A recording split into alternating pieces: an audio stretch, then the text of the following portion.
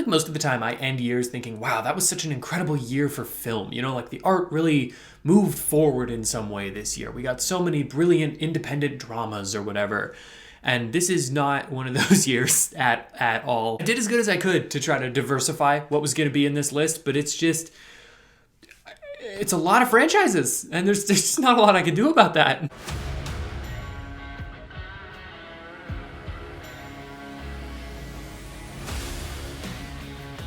Hey, what's up? My name is John Bonjora. I'm an artist and a film enthusiast. I have drawn some art, and I would like to enthuse about a whole year of film. This is 2023. It's over, almost. We're wrapping it up. Like it's almost 2024. That's horrible news. I don't really want this to be a super negative channel. I don't really want a lot of bashing on films necessarily, because it's a lot of work to make a film. So I'm not going to do like a worst of 2023 list. I will say, if you want to hear my list of the movies that I was the most disappointed by, the ones I didn't particularly enjoy, I've got it right here on my Letterboxd. In no order: Retirement Plan, Fool's Paradise, Expendables 4, Strays, Aquaman and the Lost Kingdom, Ghosted, The Little Mermaid remake, and Wonka. All just not my favorite. Not the high point of cinema this year. But that's okay. With the sad news out of the way, I want to talk about just like the movies that I loved. I've come up with a list of 10. Got a couple of runners-ups. We got a couple of runner-ups. That does not sound right. We have a couple of films that didn't make the cut that I think, if any of the other ones weren't on the list, would absolutely have a spot. I'll go through those. And here's real quick, I'm just going to drop a list on the screen of the movies that I would like to have seen and just didn't get a chance to see this year. So if your favorite movie is on there, it's a very intentional, direct attack against you specifically, and you should feel bad. Honorable mentions, real quick, I'm just, again, not really any order. Mission Impossible: Dead Reckoning Part 1. I thought that was an incredible action film, and just the fact that it was a part 1 kind of took away from it just a tiny little bit. I feel like once the second part comes out, it's going to be one of the best spy stories ever told. But right now, it's just kind of the first half of one of the best spy stories ever told, hopefully. Or one of the most disappointing stories in the world. Also on my honorable mentions list, Saw X. It was so great to see a Saw movie that was good and that I feel like actually has a direction for the future. You love to see it. Cannot wait to see. I know they've already announced Saw 11. Fantastic. I can't wait to see it. I hope that they continue this yearly Saw thing. This was just such a good one. It reinvigorated the franchise, and although I think there are some flaws with it, some problems, a couple of things that kind of bumped it down just right under this list, super great. I also put Thanksgiving very similarly on there. Wonderful slasher movie. Loved it all the way through. Didn't quite make the list because I feel like they're just better movies, but still a great time. And my kind of dark horse of the honorable mentions is Operation Fortune: Ruse de Guerre. It's Guy Ritchie's, one of his movies. He's that guy, that man. A quick side note, that man is just pumping these things out. He did The Covenant. He did Operation Fortune. He's got another one. Maybe it's The Beekeeper. Don't actually know if that's him. But I feel like he's just pumping out movies, and I have nothing but respect for that. Operation Fortune is such a fun movie. I know that there are so many people out there who think it's bad to fine. I think it's tremendous. It's got such a great pace, such an interesting set of characters, and it's unique. It's very Guy Ritchie, so, depending on how you feel about that, that's either a good thing or a bad thing, but it's very, very Guy Ritchie. So that's my honorable mentions. Those almost made the cut, but they didn't quite make the cut. Coming in at number 10, we have Evil Dead Rise. I'm a huge Evil Dead fan, so this is obviously a biased opinion. Evil Dead has not made a bad movie, and that is so exciting to me. I think it's wonderful. There isn't a bad movie in the franchise. There's also not a bad episode of television in the franchise. The show is great. All the movies are great, and I'm so happy that they were able to continue that and take it in a slightly new direction with Evil Dead Rise. I think the characters are interesting. The kills are all really fun and creative and memorable. Feels like it takes all the best parts of the first 3 Evil Dead movies and the 2013 remake and just blends them together beautifully. This is a series to me that has aged like fine wine, and I can't wait to see. I hope they keep making more of these, but if they don't, man, what a track record. Number 9 is John Wick Chapter 4. once again, a highly biased opinion because this is the movie that my groomsfolk took me to as part of my bachelor party the night before I got married. So some pretty good memories there. Oh yeah, I got married this year. Some people don't. I feel like I just realized that I have like 70, 80 subscribers and I don't know that many people. So somebody on here knows nothing about me. I'm married to my wife. That's not important. You probably figured that part out. Anyway, this movie is honestly my personal favorite John Wick movie. It's up there in terms of action movies in the last decade. This thing is incredible. That overhead shot tracking as he's just, killing. That's what these things are. It's just one of the most ingenuitive and creative pieces of action filmmaking that we've seen in a really long time. I'm proud of them for not trying to do the first person action thing because has that ever worked? I don't know that it has. I feel like this just builds and builds and builds and just lands in this beautiful, perfect direction. It has exactly the ending you hope for, but also kind of dread for a John Wick franchise. This movie's so good. At number 8, I am instantly cheating. I'm going to count Barbenheimer as number 8. So this is just such a weird cultural phenomenon that I feel like I would be not doing my job on this channel if I didn't talk about it a little bit. I know I didn't do a video for Barbenheimer when it came out. I don't know why. I just ran out of time, I guess. I just didn't do it.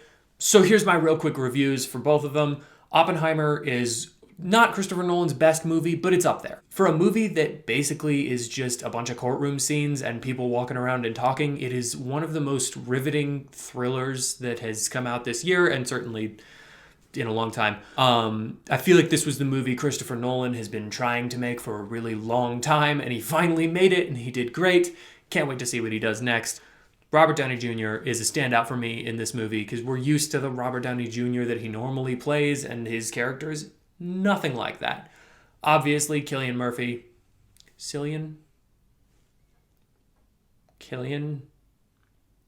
Obviously, Cillian Murphy is incredible in this movie, and he's incredible in everything he does. So this is not surprising. Barbie, I think, is a really, really rock solid comedy.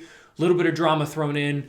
Some of the messaging, I think, is a little heavy-handed, but that's also kind of the point. It's supposed to feel a little bit plastic and obvious. So I don't know if that's necessarily a downside of the movie. It's just not exactly the kind of thing I would normally watch. But I will say, just the speed and cleverness of the jokes in this movie it's top-notch. This thing is hilarious. I loved it.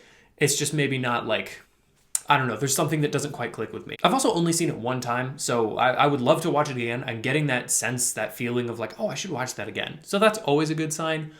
I could totally see myself completely changing my opinion, but at the moment, I think it's really solid, really fun, if not just a tiny little bit heavy-handed. Then really the reason this made the list is because A, they're both really solid movies directed by brilliant auteur filmmakers, but more importantly, it's crazy what became of this whole Barbenheimer thing. That is probably the most notable film thing about this year. The Barbenheimer craze was such a natural evolution. No studio could have ever created that, even if they tried, and they have and will continue to, I promise, and it's going to be hilarious to watch because you just can't fabricate that kind of lightning in a bottle. Everyone just sort of took it and ran with it, almost in spite of the studios. Not completely, but just a little bit. It felt like we were taking it from them. And then they made so much money because it made movies, it made film a thing that you had to be there for, which is awesome. I love to see that. So it was just fun to be a part of that cultural moment. The point is, Barbenheimer was such an interesting thing that happened this year that I would be remiss if I didn't put it on the list. Number 7, I am putting Talk to Me.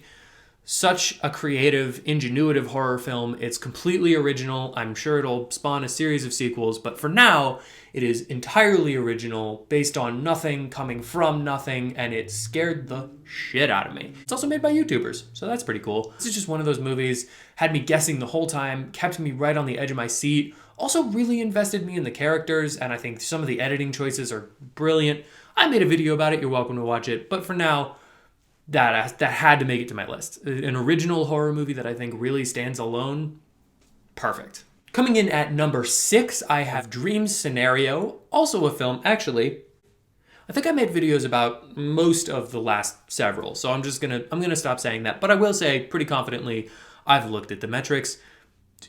maybe 3 people watched my Dream Scenario video. So, real quick thoughts on Dream Scenario. It's not a movie for everybody, absolutely. It's one of the weirdest movies, but yet somehow tamest movies that Nicolas Cage has been in the last 10 years. It's perfect for him. He's perfect in it. I think the writing is genius, and I love the editing choices that they make. There's some really specific, sharp, harsh moments that kind of come out of nowhere. Hilarious, really dark, really sad, but also incredibly, incredibly funny. Highly recommend this movie. You might hate it. I will say that. When I recommend a movie, it's not saying that you will inherently like it. It's saying I think it's good enough to give it a try. You really might hate this one. So that'll be interesting to see. If you do, please let me know. But I highly recommend Dream Scenario. I thought it was great. And it felt like something we really hadn't seen before or hadn't seen a lot of. And I just can't get enough of that. Number 5, The Boy and the Heron. I said heroin. Number 5, The Boy and the Heron. Hayao Miyazaki's final, hypothetically, film. The latest Studio Ghibli movie. The animation on this alone puts it on this list, but the story, the characters, the music, everything works in such a beautiful harmony that starts chaotic and ends just very single-focused. I adore this movie. I cannot wait to watch it so many times. This is not all of the Ghibli movies work for me. This one works better than any of them ever have. I emotionally connected to it so quickly. And it just speaks to me on such a level that I wasn't prepared for. I kind of went into it expecting like, oh, this will be cute and fun. Why I did that, I do not know. None of the other movies in their filmography have made me even slightly believe that that was going to happen. I guess I'm a stupid, stupid boy.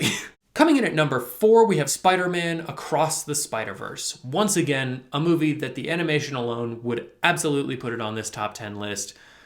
But man, coming into it, I was so scared because the first Spider-Verse movie, that original Spider-Verse movie it was such an out of left field thing. I had heard about it. I had heard they were doing an animated Spider-Man movie and I went, okay, why? Why would you do that? And then saw some trailers and thought the animation style was cool, but maybe a little weird. And then the movie blew me away. It became an instant top 10 superhero movie for me. It's probably top 5. It's one of the greatest movies that they've ever made. And this one, once again, I was deeply, deeply worried about because how do you follow that up in a way that feels original without completely throwing away all the things that worked about that first one? I was so worried it was going to be just a rehash of the original. I was also worried it was going to be completely separate and feel nothing like it. And somehow they threaded that needle that I had so precariously set up for them perfectly. This is original, fresh, unique, and also feels very cohesive with the first movie. It's these people, man. Whoever, Phil Lord, Chris Miller, I think those are the guys that are kind of heading this project. Give them anything. Give them whatever they want to do at this point. It should be clear at this point that they have the passion to make whatever they want to make. And I personally would fund it if I had that kind of money. But obviously I don't. Okay? I bought these lights at Target for $4.99. Now, you may be thinking to yourself, didn't you discount Mission Impossible Dead Reckoning Part 1? God, that's a long title.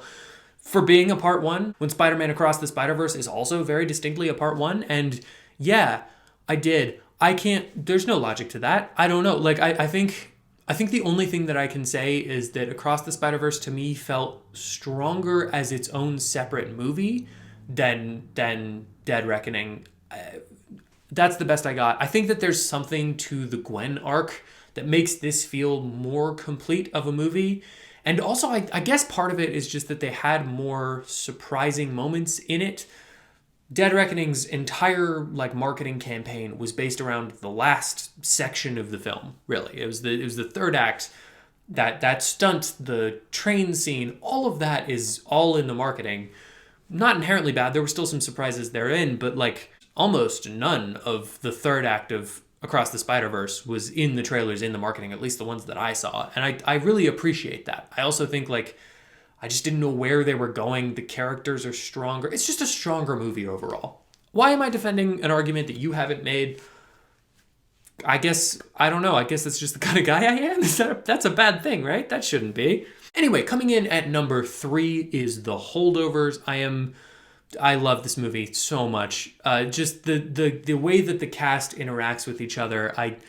Oh man, there's something so special about this movie. It is a Christmas movie, but I 100% see myself revisiting it throughout the year. I can't wait to watch this again. I adore the warmth and kindness of this movie. I appreciate how much it has to say and also how little it needs you to hear what it has to say for you to understand the movie.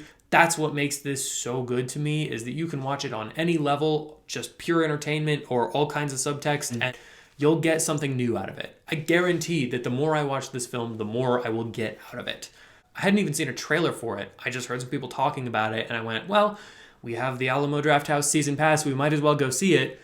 I'm so glad I did. This is one of my favorite movies. Obviously, it made this list, and it made it top 5 of this list, but if you haven't seen The Holdovers, I cannot recommend it highly enough. I don't think that there is anybody that I would say would hate this movie. That's a stupid thing to say. There's somebody that's going to hate everything. But I don't think that the majority of people would really hate this movie. I do think the general majority of people would really appreciate this on some level, whatever that level may be. Number 2, we have Bottoms. Now, I really thought that this was going to be my number 1. I deliberated so much between my number 1 and 2. Honestly, 1, 2, and 3. They all had the top spot at one point or another. Bottoms is the funniest movie that came out this year, without question. Like, it's not even close. It's probably the funniest movie that's come out in the last 10 years, I would wager. I'm sure that there's a movie that somebody will bring up that I'll think was funnier, but I'm not sure of that now that I say it. This is such a clever, insanely hilarious, and also dark and weird and engaging. This is also one that I've only seen one time, and I just keep thinking about it. I can't wait to watch it again. I adore this film, and I hope that other people also adore it, and that it becomes popular enough that the creators get to go on and make more things like this, or completely different from this, whatever they feel. Just a great comedy, and we haven't gotten a whole ton of great comedies in years, many, many years. So it's really good to see this, that we still can have these kinds of movies. And now, my number 1 position on this, again, like I said, the top 3, they flip-flopped back and forth. Number 1 for this list, my favorite movie of 2023 is Guardians of the Galaxy Volume 3. There are 2 things that I think work so well in favor for this movie. Number 1, I was looking forward to it for literally years. This is a movie that I have been waiting for since they released Part 2. The day after Part 2 came out, I was already looking at what they wanted to do for Part 3. This is a series that means a lot to me. It always has. It's one of the first superhero movies that I really connected with my dad about. So it's like, this is a thing. We went to see the first one and the midnight premiere when it came out in my little local theater. I remember seeing that with my dad, and I remember him being like, wow, that was something special, and I couldn't agree with him more. And ever since then, this has been kind of the Marvel series that we've really bonded over and connected with and talked about more than any of the other ones. So, me moving away from my family, since again, got married, this was the last Marvel movie that I got to see with all of them, my dad included, and it could not have been a better film for that. This is a story about a family that kind of disperses. This is a story about people coming together and just learning to love each other and then learning to let go for a little bit. It's a movie that really affected me on a personal level. It came at exactly the right time for me. And there's just something special about when that happens. So it was just very touching for me. The other thing that I think works incredibly well in its favor is that this movie kicks so much ass. I remember watching this movie the first time.